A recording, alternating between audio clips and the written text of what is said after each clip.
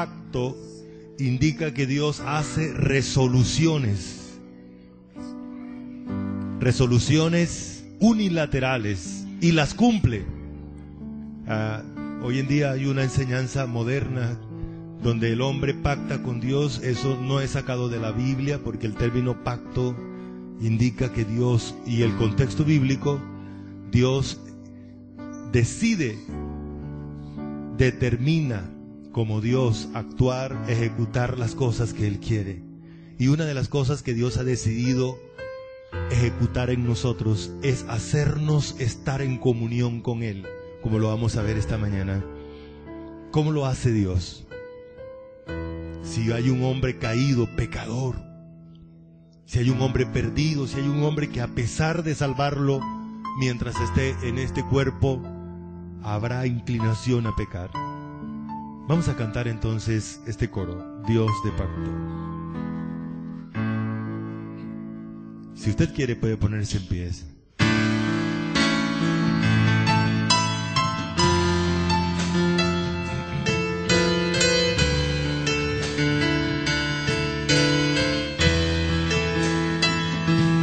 Dios de pacto, que guardas sus promesas, que cumples tu palabra, que guía mi destino. Dios de pacto, confío en tus promesas, descanso en tu palabra, por tu gracia estoy aquí. Otra vez, Dios de pacto. Dios de pacto, que guardas sus promesas, que cumples tu palabra, que guías mi destino. Dios de pacto, confío en tus promesas, descanso en tu palabra, por tu gracia estoy aquí. En la intimidad, al abrigo de tu gloria puedo estar junto a ti. Al ver tu santidad, estoy maravillado ante ti y tu amor nunca más será igual. Al salir de este santísimo lugar, Dios de pacto, que guardas tus promesas, que cumples tu palabra, que guías mi destino. Dios de pacto, confío en tus promesas, descanso en tu palabra, por tu gracia estoy aquí.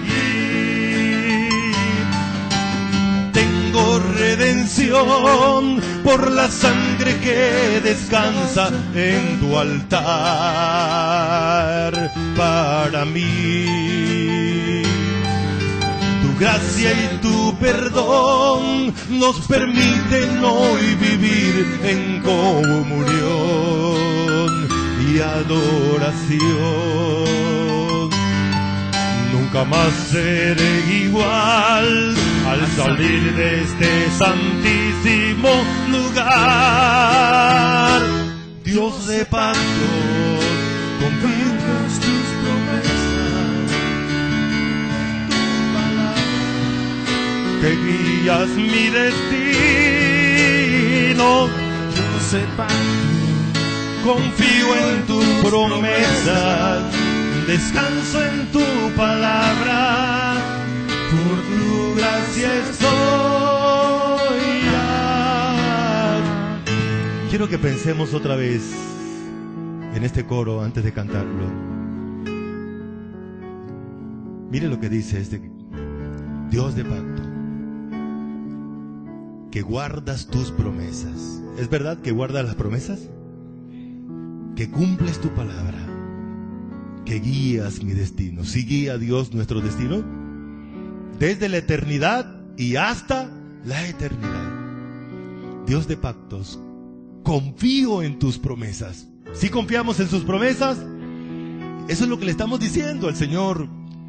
Descanso en tu palabra. Quizás en esta mañana muchos de nosotros estamos sobrecargados con situaciones difíciles, pero estamos diciéndole al Señor que yo descanso en su palabra. Y la otra cosa, por tu gracia estoy aquí. En la intimidad, ahí es donde Dios nos ha metido, en su intimidad, para una comunión profunda con Él. Al abrigo de tu gloria puedo estar junto a ti. Y me gusta mucho, al ver tu santidad estoy maravillado de tu amor, ante ti de tu amor. La otra parte, tengo redención. Vamos a decirla junto, esta parte, vamos a expresarla junto y luego la cantamos. Dice así: tengo redención por la sangre que descansa en tu altar para mí. Hasta allí. Esa sangre fue la sangre que Jesús subió cuando murió por nosotros. Cuando las mujeres fueron a tocarlo, Él le dijo que no lo tocaran porque no había subido todavía a su Padre a llevar el sacrificio que había realizado aquí en la tierra. Nos explica el libro de Hebreos. Por esa razón, nosotros descansamos. Tu gracia y tu perdón nos permiten hoy vivir en comunión y adoración. Vamos a cantarlo otra vez, pero con más intensidad, con más ganas de cantar estas verdades que dice este precioso. Vamos a oír la iglesia cantando bien fuerte, así. Dios de pacto, que guardas tus promesas, que cumples su palabra, que guías mi destino. Dios de pacto, confío en tus promesas, descanso en tu palabra, por tu gracia estoy aquí. En la intimidad, en la intimidad, al abrigo de tu gloria puedo estar junto a ti. Al ver tu santidad estoy maravillado ante ti y tu amor. Nunca más seré igual al salir de este santísimo lugar. Dios de pacto, así es. Él cumple su palabra. Él guía nuestro destino. Dios de pacto, confío en tus promesas, descanso en tu palabra, por tu gracia estoy aquí. Tengo redención por la sangre que descansa en tu altar para mí. Tu gracia y tu perdón nos permiten hoy vivir en comunión y adoración. Nunca más seré igual al salir de este santísimo lugar. Dios de pactos, que guardas tus promesas, que cumples tu palabra, que guías mi destino. Dios de pactos, confío en tus promesas, descanso en tu palabra, por tu gracia estoy aquí. Es solo por tu gracia, por su gracia estoy aquí. Por por tu gracia estoy aquí.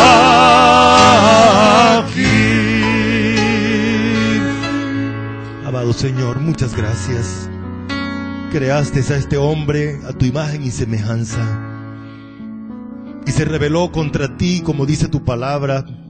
Todos nos descarriamos en Adán, todos te dimos la espalda, nos rebelamos contra ti, Señor, pero mandaste a tu Hijo Jesucristo para volver otra vez a la comunión, para reconciliarnos contigo, no por un tiempo, sino por la eternidad.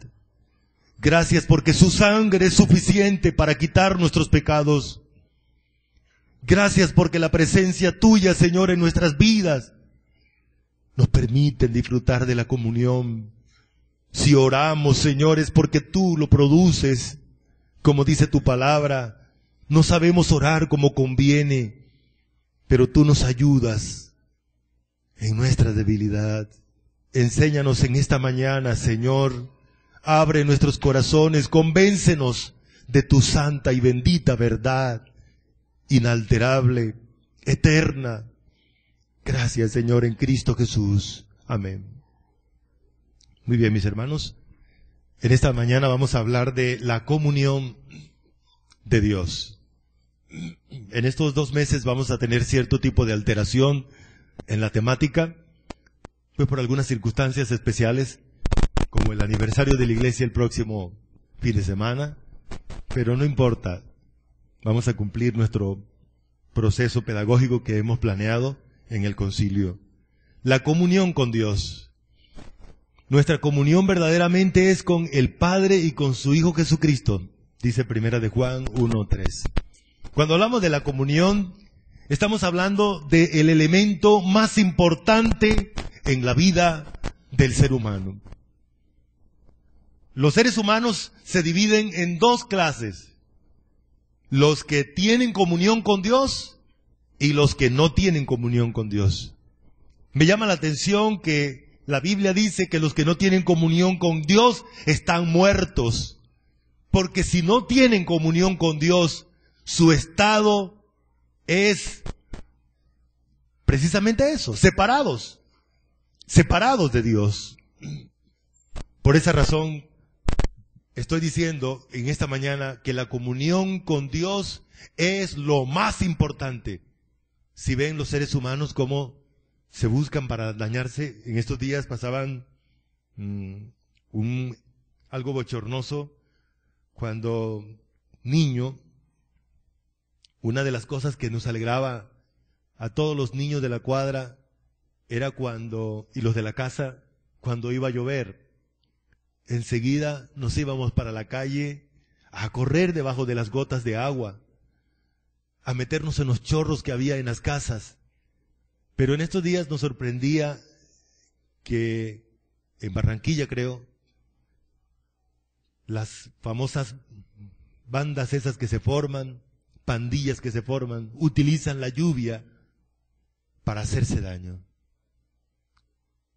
Compartía uno de los pastores en estos días allí en Ocaña sobre la violencia que existe en la capital de la República. Y él hablaba de cosas que veía, era palpable, nos daba datos que nos ponían así, con los pelos de puntas, nos mostraba imágenes de los hechos de violencia diario en nuestro país, y sobre todo en su capital, y en todas las capitales, y pueblos, y aún en el campo. ¿Por qué? Precisamente por el estado, la condición del ser humano. Cuando el ser humano no tiene comunión con Dios, no tiene nada, no tiene nada. Por esa razón, cuando hablamos de la comunión con Dios, es lo más importante para el ser humano. Quien no tiene esta comunión está alejado de Dios, está condenado en sus pecados, está vacío, está esclavizado al diablo, al mundo y a su propio pecado, dice la Escritura. Pero hay otro elemento interesante, es que la comunión con Dios es eterna. Los que tienen comunión con Dios ahora tendrán comunión con Dios por la eternidad, por la eternidad. Otro hecho interesante La comunión con Dios nos ayuda a entender que lo más importante no está en este mundo, lo más importante está allá. Vivimos de una manera fugaz en esta tierra, en este cuerpo. Las circunstancias que vivimos son usadas por Dios para pulirnos, para formarnos, para hacernos fuertes. Pero el futuro está allá, donde vamos a vivir para siempre, por toda la eternidad. La comunión con Dios entonces es eterna. Esa es la esperanza que nos da la comunión con Dios. Quiero que pensemos en este momento sobre qué significa cuando la Biblia habla comunión. Hay varias palabras que Dios utiliza, pero hay una que es especial, que congrúe a cada una de ellas. Por esa razón, cuando pensamos en la palabra comunión, hay dos palabras que están unidas a la palabra comunión. La palabra comunión está compuesta de dos palabras. ¿Cuál sería? Común y unión. Si la tomamos así, es la unión, pero en común. O sea, que algo nos pertenece a todos. Algo se comparte. Por esa razón, cuando la Biblia habla de comunión, indica tener en común algo. Tener en común algo. Usted pensará, ¿qué tengo yo en común con Dios? Porque eso es lo que significa la palabra comunión. Participar juntos de algo. Eso es comunión, participar juntos de. Otro, hacer partícipe a alguien de. En este caso Dios nos hace partícipe de muchas cosas, como lo vamos a ver más tarde. Tener parte en lo mismo. Este concepto da la idea de que hay una herencia que todos compartimos, porque Dios nos hace heredarla. Esa es la idea. Pero hay otro elemento muy importante dentro de la palabra comunión, y es la relación persona a persona. Dios hace dos cosas en ese sentido. Uno, Él decide relacionarse con nosotros. ¿Cómo es posible que Dios, siendo intangible, siendo infinito, ningún hombre puede estar cerca de Él porque su gloria lo mata? ¿Recuerdan cuando se reveló al pueblo de Israel en el monte Sinaí? El pueblo, el monte temblaba, humeaba. Cuando Moisés le dijo, déjame ver tu gloria, Moisés le dijo que le dejara ver esa parte fuerte, esa magma que es de la gloria de Dios o la presencia física de Dios. La Biblia la describe como algo magmático, algo como una masa fuerte. Pero de allí se desprenden una luz que ningún ser humano puede recibir o soportar. ¿Recuerdan ustedes a un hombre que iba, yo no sé si era en un caballo, en una moto, yo no sé, pero iba a Damasco? ¿Recuerdan ustedes? Y de repente Dios le mandó un poquito de esa luz de allá del cielo y le quemó los ojos. ¿Su nombre era? Entonces no era moto, ¿no? Porque, bueno, aunque dicen que David como que andaba en una onda, eso es lo que dicen los chismes por ahí, que con esa fue que mató a Goliat, ¿no? Así que la gloria de Dios es algo potente, pero Dios permite que el ser humano pueda estar cerca de Él. ¿Cómo es posible que Dios haya tomado forma humana para poder estar entre nosotros? ¿Cuál es la razón de eso? La comunión. La comunión. Y saben ustedes que según la Biblia, nosotros estaremos unidos a Cristo. Algunos de nosotros en algún momento ha llegado a pensar qué bonito era cuando Pedro, cuando Juan se acercaban a Jesús, podían tocarlo, ¿cierto? Podían tocarlo, podían comer con él. Es más, el mismo Judas era como que el más cercano y metía el pan y lo mojaba en la salsa del plato del Señor Jesús. Atrevido, ¿no? Pero lo permitía el Señor. Pero dice la Biblia que ellos estuvieron por corto tiempo. Durante el ministerio de Jesús estuvieron con Él. Pero ¿por cuánto tiempo estaremos compartiendo con Jesús en los cielos? ¿Por cuánto tiempo? Por la eternidad. Mire, así es la comunión con la cual Dios nos ha enlazado. Muy bien. Por esa razón, entonces, vamos a leer, y hay varios versículos allí para leer. Vamos a leer Hebreos 2:14 y Colosenses 1:12. Así que, por cuanto los hijos participaron de carne y sangre, él también participó de lo mismo para destruir por medio de la muerte al que tenía el imperio de la muerte, esto es, al diablo.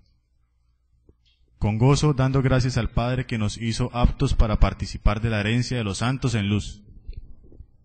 Así que miren, ahí está el concepto de comunión.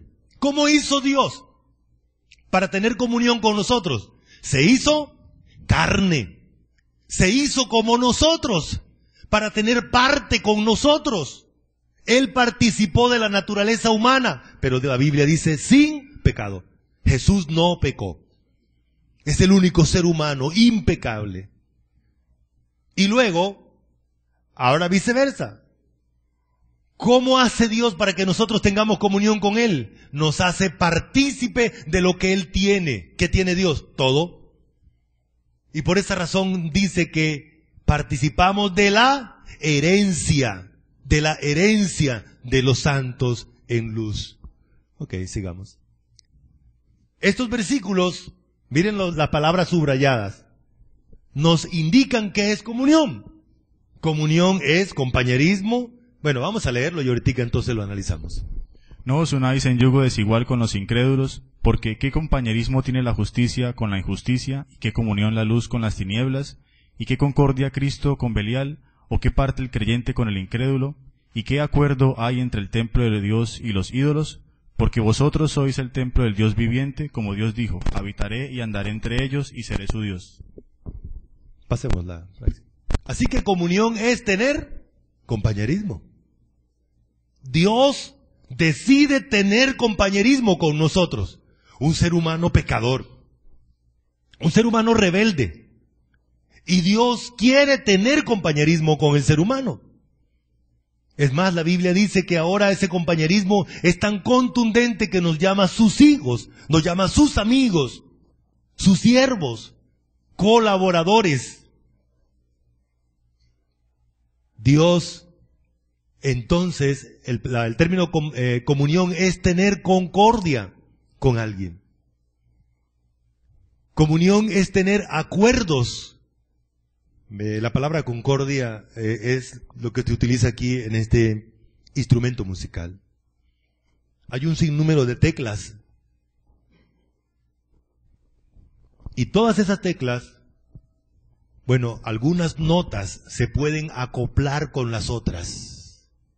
Cuando estamos hablando de la música, tiene que ver con la sincronización, la armonización de los diferentes sonidos para que suenen como uno solo, de manera hermosa, bella.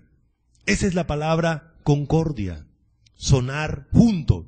De hecho, la palabra griega es sinfonía. Fonía es sonar y sin, conjunto. Tener parte en lo mismo. Dios ha querido que nosotros tengamos parte en Él, en su herencia, que tengamos parte de Él en nosotros también. La palabra comunión también indica tener acuerdos, tener la presencia divina habitando y tener relación con Dios. Eso es lo que significa la palabra comunión en el Nuevo Testamento. Por esa razón, para que tengamos comunión con Él, Dios nos hace partícipe de su carácter. Él es luz y nos hace luz. Él es amor y nos derrama el amor en nosotros. Él es justo y nos justifica por la sangre de Cristo. Él es santo y nos santifica con la sangre de Cristo. Él nos hace partícipe de su presencia. Nos hace partícipe de su herencia, pero también de la relación permanente con nosotros. Qué maravilloso es que Dios quiera tener relación con nosotros, ¿verdad? ¿Y sabe qué dice la Biblia? Que nosotros no le buscamos a Él. Fue Él el que nos buscó a nosotros. El Señor Jesús dijo, nadie llega a mí si el Padre no le trae. Nadie trae a nadie a Dios. Yo llevé a alguien a Dios, a los pies de Dios. Lo siento, la Biblia no dice eso. Lo trajo el Padre. Que quizás el Padre te haya utilizado como instrumento. Pero la realidad es que es el Padre quien nos trae a Dios. Dice que nadie busca a Dios. Todos nos desviamos. Y por eso en la comunión, quien la ejecuta, quien la hace, es Dios y no nosotros. Ok. Para tener comunión los unos con los otros, la Biblia también dice que la comunión con Dios no solamente sirve para mantenernos en relación con Dios, sino para mantenernos en relación entre nosotros. ¿Y qué hace Dios para mantenernos en relación entre nosotros? Entonces crea un cuerpo, nos hace partícipe de un cuerpo. El cuerpo está compuesto por todas aquellas personas que Él ha traído del mundo, Él ha extraído del mundo. El próximo domingo estaremos hablando un poquito más para entender el proceso que Dios lleva en nosotros. ¿Qué es iglesia? ¿Qué es lo que significa iglesia en la Biblia? Y cómo eso de iglesia ha impactado nuestro escenario. Gracias a Dios porque vamos a cumplir 88 años que se plantara el templo allí. Pero hace más de 100 años llegaron los misioneros a compartir el evangelio y comenzaron los nuevos creyentes con los problemas que usted y yo tenemos. Pero el solo hecho de que Dios diga que va a ser una iglesia, la iglesia de Dios, eso es trascendental. Nos hace partícipe de su templo, es el lugar donde Dios es adorado por la acción del Espíritu Santo.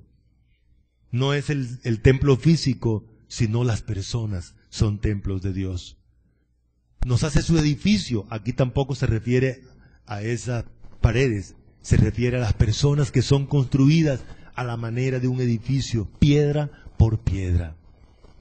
Nos hace parte de su familia, nos hace parte de la adoración a Él, que según Juan 4, 20 al 24, es dirigida por el Espíritu Santo. Muy bien. Pero esa comunión se perdió un día. La Biblia dice que se perdió y Dios volvió otra vez a restablecerla. Y es así entonces cuando la Escritura nos muestra esta realidad. Dice en Génesis 1:26. Entonces dijo Dios, hagamos al hombre a nuestra imagen, conforme a nuestra semejanza, y señoree en los peces del mar, en las aves de los cielos, en las bestias, en toda la tierra y en todo animal que se arrastra sobre la tierra. Cuando Dios creó al hombre, lo creó para esa comunión. Por esa razón creó su espíritu para que pudiera estar en contacto con Él, que es espíritu. Por esa razón lo creó a su imagen. El hombre es un dibujo, es una representación de la divinidad. A través de su obra magna, de su creación especial, Dios evidencia quién es Él. Eso es lo que significa entonces que fue creado a imagen y semejanza de Dios. El hombre tiene atributos que Dios estableció en él para que se dibuje, para que se vea quién lo creó. Pero el hombre pecó y el pecado separó al hombre de Dios, como dice Romanos en estos textos. Por cuanto todos pecaron y están destituidos de la gloria de Dios. Romanos 5:12. Por tanto, como el pecado entró en el mundo por un hombre, y por el pecado la muerte, así la muerte pasó a todos los hombres, por cuanto todos pecaron. El pecado entonces nos destituyó, nos alejó, perdimos la gloria inicial con la cual Dios nos había creado. Nos deshonró. Pero el versículo 12 todavía es más contundente. El hombre murió. ¿Acaso no fue lo que Dios le dijo a Adán en el capítulo 2 de Génesis? Él le dijo, de todos estos árboles podrás comer, pero del árbol que está en medio del huerto, el de la ciencia del bien y del mal, no comerás, porque de cierto el día que de él comieres, morirás. Así que el verbo morir indica separar. Separar. Por esa razón, el hombre murió, aunque siguió viviendo, pero ahora separado de Dios. Separado de Dios, como lo veíamos allí en estas imágenes. El pecado entonces separa al hombre de Dios. Y lo peor de todo, como dice Efesios 2:1, en él también vosotros, él os dio vida a vosotros cuando estabais muertos en vuestros delitos y pecados. ¿Cuál era la condición del ser humano? Muerto. No solamente separado, sino inoperante, incapaz. Por esa razón la Escritura dice que el hombre es incapaz de buscar a Dios por su condición mortuoria. Así es como la Biblia presenta. Todos los que descendimos de Adán estábamos en la misma condición. Por esa razón no existe ser humano bueno. Aún, como dice el Salmo 51, en maldad he sido concebido, dice este Salmo. Esa es la gran realidad. Esa es la condición del ser humano. Pero lo maravilloso es que Dios dice que la comunión fue restaurada con un alto precio. El precio de sangre. Fue allí entonces cuando mandó a su Hijo Jesús, el Cristo, para morir por nuestros pecados. Y por esa razón encontramos estas grandes verdades. 1 Corintios 10:16. Vamos a leerlo juntos, estos dos versículos. Dice así la palabra de Dios. La copa de bendición que bendecimos, ¿no es la comunión de la sangre de Cristo? El pan que partimos, ¿no es la comunión del cuerpo de Cristo? Pero si andamos en luz, como Él está en luz, tenemos comunión unos con otros. Y la sangre de Jesucristo, su Hijo, nos limpia de todo pecado. El costo de la comunión fue la muerte de su Hijo. Hubo un obstáculo. Hubo algo que separaba al hombre de Dios, el pecado. Y una sola cosa podía quitar el pecado, y puede quitar el pecado. Es la sangre de su Hijo Jesucristo. 2000 años, la sangre de Jesucristo sigue limpiando al pecador de su pecado. Es poderosa, es lo único. Cuando Dios nos mira a nosotros, también recuerda que Jesús ya llevó el sacrificio por el pecado a su templo, a su tabernáculo, a su presencia.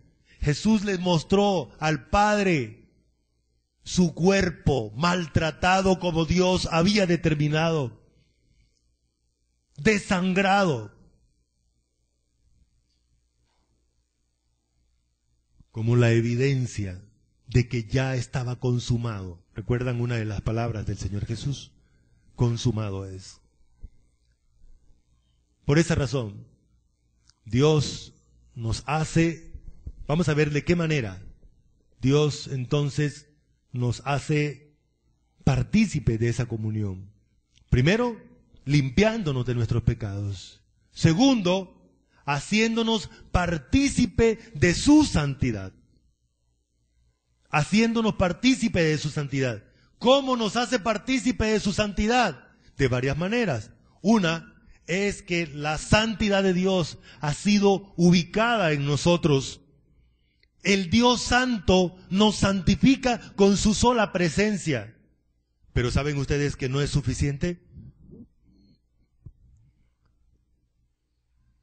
Hebreos 12:10 indica que Dios tiene que disciplinarnos. La disciplina es un proceso de santificación. Vamos a leerlo. Dice así. Y aquellos ciertamente por pocos días nos disciplinaban como a ellos les parecía, pero para lo que nos es provechoso, para que participemos de su santidad. Efesios 4:24. Y vestidos del nuevo hombre, creado según Dios en la justicia y santidad de la verdad. Entonces la disciplina es el proceso de entrenamiento, de perfeccionamiento, de santificación. ¿Qué hace Dios con sus hijos? Nos disciplina. Nos disciplina para apartarnos del pecado. Y Efesios 4:24 dice que Dios ya creó en nosotros un nuevo hombre y fue creado en santidad. Por esa razón decía que hay dos maneras de Dios santificarnos. Cuando Dios crea ese nuevo ser en nosotros, santo, justo, pero también por el proceso de disciplina. La tercera razón o la tercera manera como Dios restaura la comunión con el ser humano, con nosotros, es haciéndonos partícipe de su presencia. Haciéndonos partícipe de su presencia.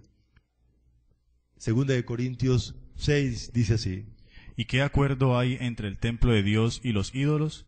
Porque vosotros sois el templo del Dios viviente, como Dios dijo: habitaré y andaré entre ellos y seré su Dios, y ellos serán mi pueblo.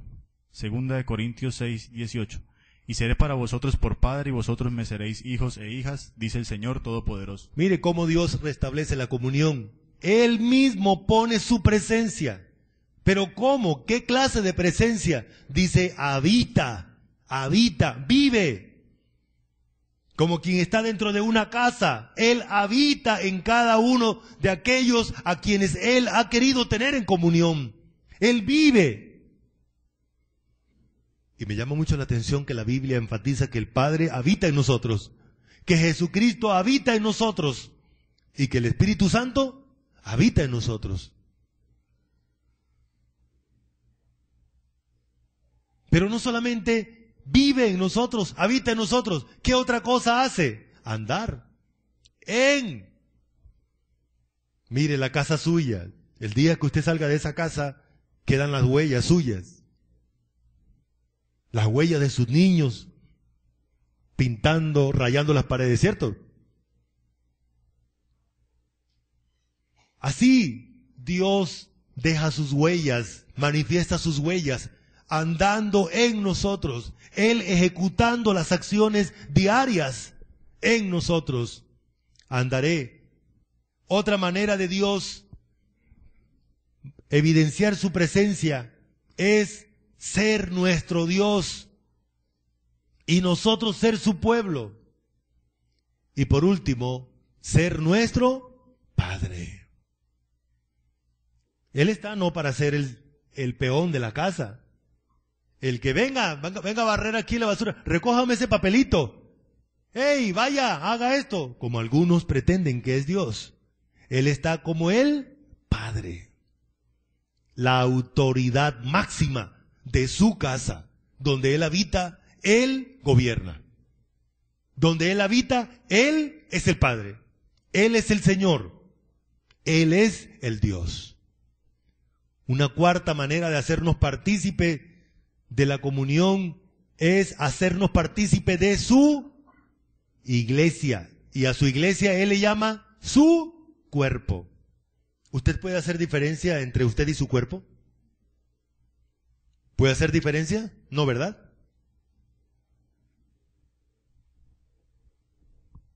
Cuando está comiendo, ¿quién está comiendo? ¿Usted o su cuerpo? Mire, esta es la comida para el cuerpo de Hernando. No, es para Hernando. Somos personas.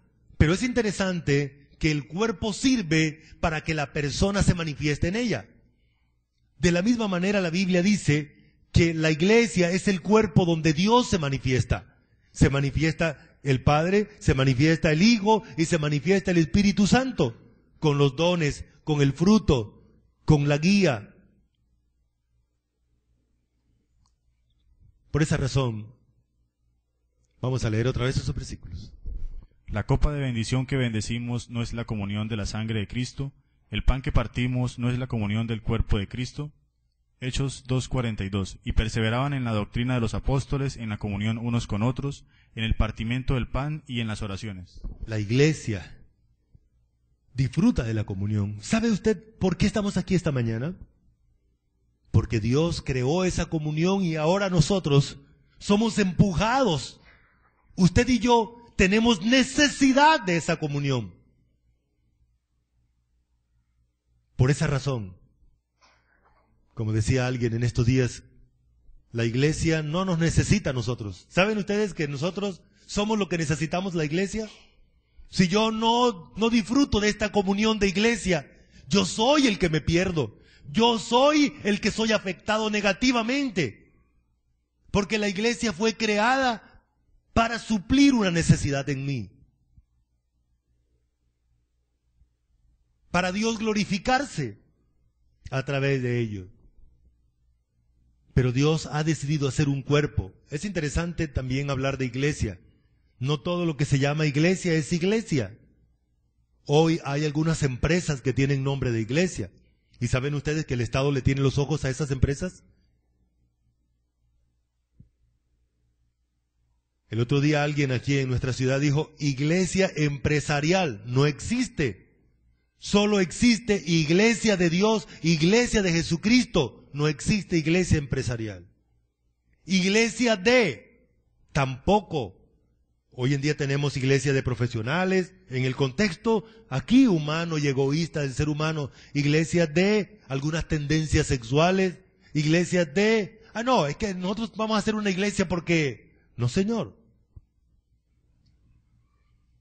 El único que puede crear su iglesia es Dios, es Cristo. Ningún ser humano crea iglesia.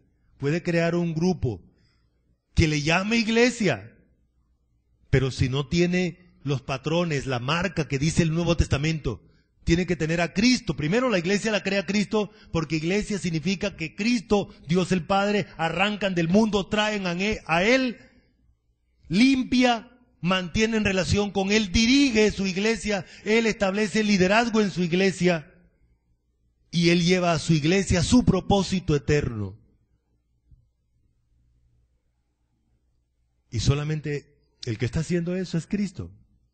Los demás están jugando a ser iglesias. Muy bien.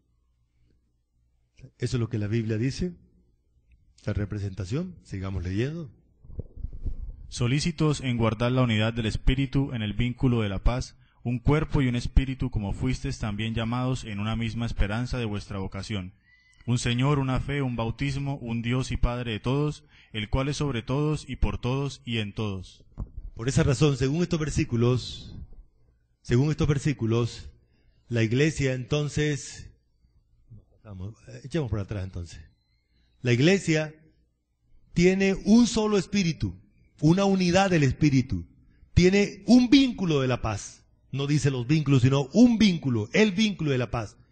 Tiene un cuerpo, tiene un espíritu, tiene una misma esperanza, tiene una misma vocación, tiene un solo Señor, tiene una sola fe, tiene un solo bautismo, tiene un solo Dios y un solo Padre.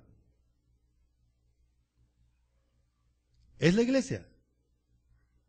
Decía un hermano una vez, mi pastor enseña la fe que sana y yo enseño la fe que salva.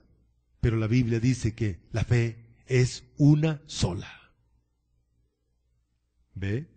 Qué diferente, ¿no? Ok.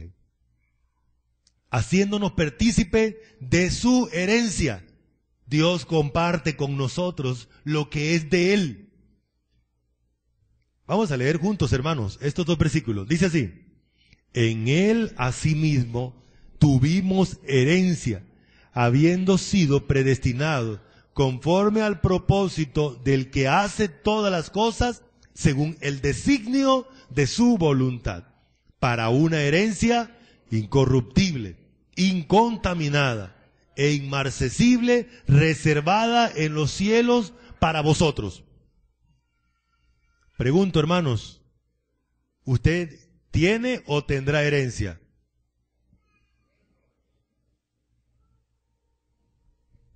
Es chistoso cuando Dios habla, ¿saben? Porque nosotros no estamos acostumbrados a este tipo de terminología, como utiliza Dios en el Nuevo Testamento. Cuando Dios dice que tuvimos, es que ya tenemos completa. Él la ejecutó, la repartió, lo determinó y ya eso está declarado. Es como las bendiciones. Los creyentes ya están benditos con toda bendición espiritual. Igual la herencia. Y Pedro dice que esa herencia no se corrompe, no se contamina, no se marchita, no le pasa como al peso, que se devalúa frente a otras monedas, ¿no? No le pasa eso. Ya esta herencia es inmarcesible, inmarchitable. Y es una herencia reservada, ya tiene su nombre. Ahí está, el nombre suyo, ahí está. Y nadie lo podrá borrar, y nadie lo podrá quitar, y nadie lo podrá alterar, y nadie le podrá quitar 1 milímetro. ¿Correcto? Alguien me decía en estos días que tienen problema con los vecinos porque los vecinos corrieron la pared y le robaron una cantidad de terreno. Eso no ocurre con la herencia de nosotros. La herencia de nosotros está lista para disfrutarla. Muy bien. Sigamos leyendo aquí, Lufer. Y si hijos, también herederos, herederos de Dios y coherederos con Cristo, si es que padecemos juntamente con Él, para que juntamente con Él seamos glorificados. Efesios 1:18. Alumbrando los ojos de vuestro entendimiento, para que sepáis cuál es la esperanza a que Él os ha llamado, y cuáles las riquezas de la gloria de su herencia en los santos. Amén. ¿Y cuáles las riquezas de la herencia? ¿Sabe usted cuánto tiene usted? ¿Cuánto le pertenece a usted? Me llama la atención que la Biblia no revela tanto de los metros, pero sí nos habla de la gloriosa herencia que tenemos en el cielo. La Nueva Jerusalén hace parte de nuestra herencia, pero dice que todo lo que le pertenece a Dios, todo lo que le pertenece a Cristo, también nos pertenece a nosotros. ¿Dónde están los ricos más ricos de este mundo? Hermano, la herencia de nosotros es mucho más que lo que hay en este mundo. En estos días veía en un periódico que en Colombia hay no sé cuántos de los más grandes ricos del mundo. Interesante.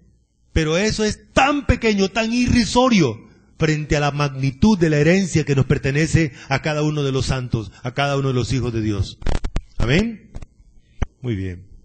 Las personas de la comunión. Vamos a ver 2 aspectos aquí. Primero, las personas con quien el creyente tiene comunión genuina. Fuera de ahí no tiene comunión genuina. La primera persona con la cual el creyente tiene comunión es con el Padre. ¿Leemos juntos? Dice así: lo que hemos visto y oído, eso os anunciamos, para que también vosotros tengáis comunión con nosotros.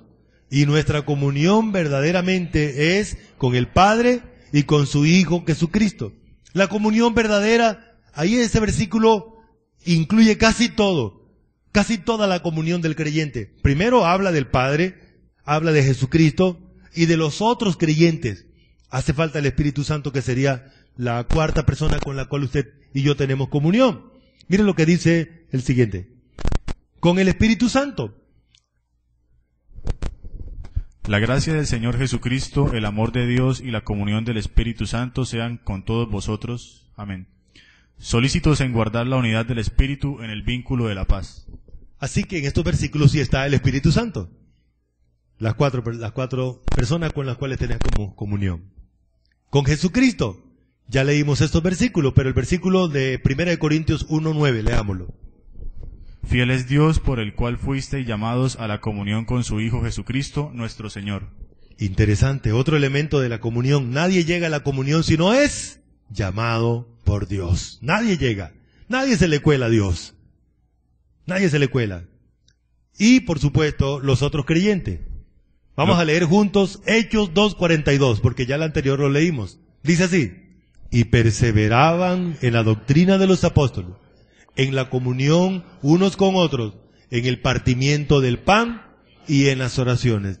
Qué maravilloso que la iglesia primitiva entendió la comunión. El Espíritu Santo la guió a esa comunión y disfrutaba esa comunión de esa manera.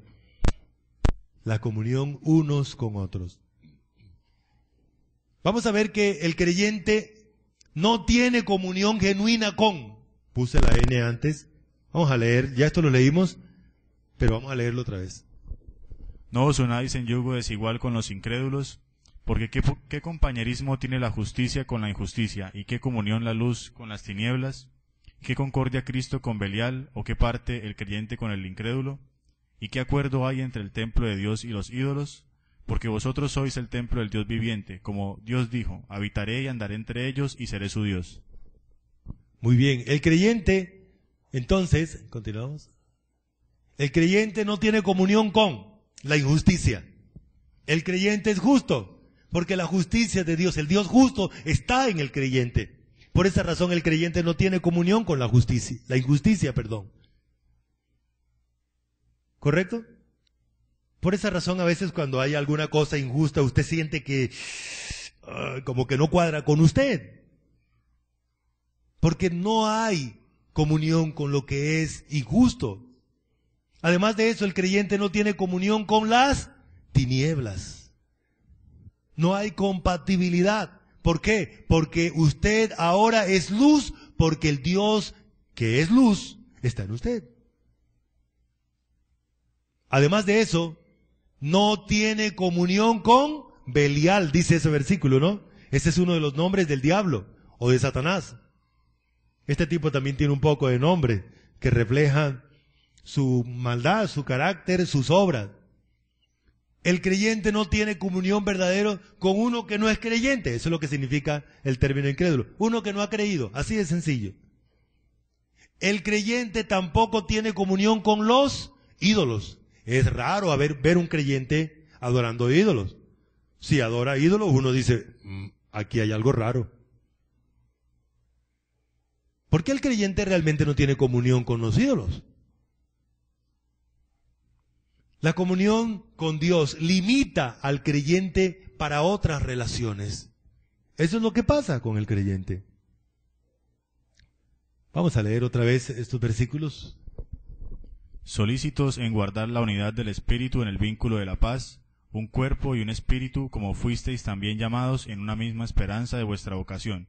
Un Señor, una fe, un bautismo, un Dios y Padre de todos, el cual es sobre todos, y por todos, y en todos. Muy bien. Sigue. Así que ahí están los aspectos de la unidad que ya mirábamos con anterioridad. Por esa razón vamos a continuar. Concluimos aquí. El significado bíblico de comunión. Recuerda que hablábamos de una serie de palabritas que están contenidas dentro de la palabra comunión. Comunión es tener en común algo, ¿cierto? Recuerden siempre las dos palabritas que están dentro de la palabra comunión. Común y unión. Muy bien. Comunión es participar juntos de algo. Comunión es hacer partícipe de. Comunión es tener parte, exacto, en algo. En este caso hablábamos de Dios que nos ha hecho partícipe de su herencia. Y eso indica que usted y yo tenemos una parte en esa herencia. Y comunión es mantenerse en relación personal. Muy bien. Pero esa comunión que Dios creó se perdió en determinado momento por el pecado. El hombre quedó separado de Dios. Por esa razón, recordamos que el hombre fue creado. ¿Cómo fue creado? En comunión. En comunión porque fue creado para la comunión. Pero ¿qué fue lo que hizo que el hombre se separara de Dios? El pecado. Exacto.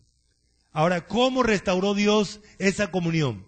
Miremos a ver las diferentes maneras como Dios lo restauró en nosotros. Primero, limpiando nuestros pecados. Sí, Señor, limpiando nuestros pecados. Haciéndonos partícipe de su santidad. Así es. Haciéndonos partícipe de su presencia divina.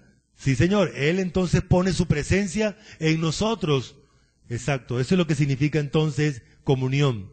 Haciéndonos partícipe de su cuerpo. Al cuerpo de Cristo también se le llama a la iglesia, sí. Haciéndonos partícipe también de ¿qué? De su herencia. ¿Tenemos platica o no? Yo creo que si en algún momento, así que Dios nos permitiera quitarnos un pedacito allá escarche ahí de la ciudad esa que tenemos ahí en el cielo, que Dios diga, bueno, quítale un pedacito para que vaya, lo cambie allá en la tierra. Vea, solucionaríamos muchos problemas, ¿no? Económicos. Bien. Las personas de la comunión. El creyente tiene comunión con 4 personas, con 4 clases de personas. Primero, con el Padre. Segundo, con Jesucristo. Tercero, y con nosotros creyentes. Exacto. Y el creyente no tiene comunión con estas personas o con estas clases de cosas. Primero, con la injusticia. Segundo, con las tinieblas. Tercero, con Belial. Cuarto, con el incrédulo. Quinto, con los ídolos. Creyente no tiene relación con ídolos. Muy bien. Y por último, ahí está, se acabó. Bien, hermano, vamos a orar entonces. Vamos a darle gracias a Dios por la enseñanza de su palabra en esta mañana. Voy a pedir a mi hermano Hernando que tenga la bondad de orar.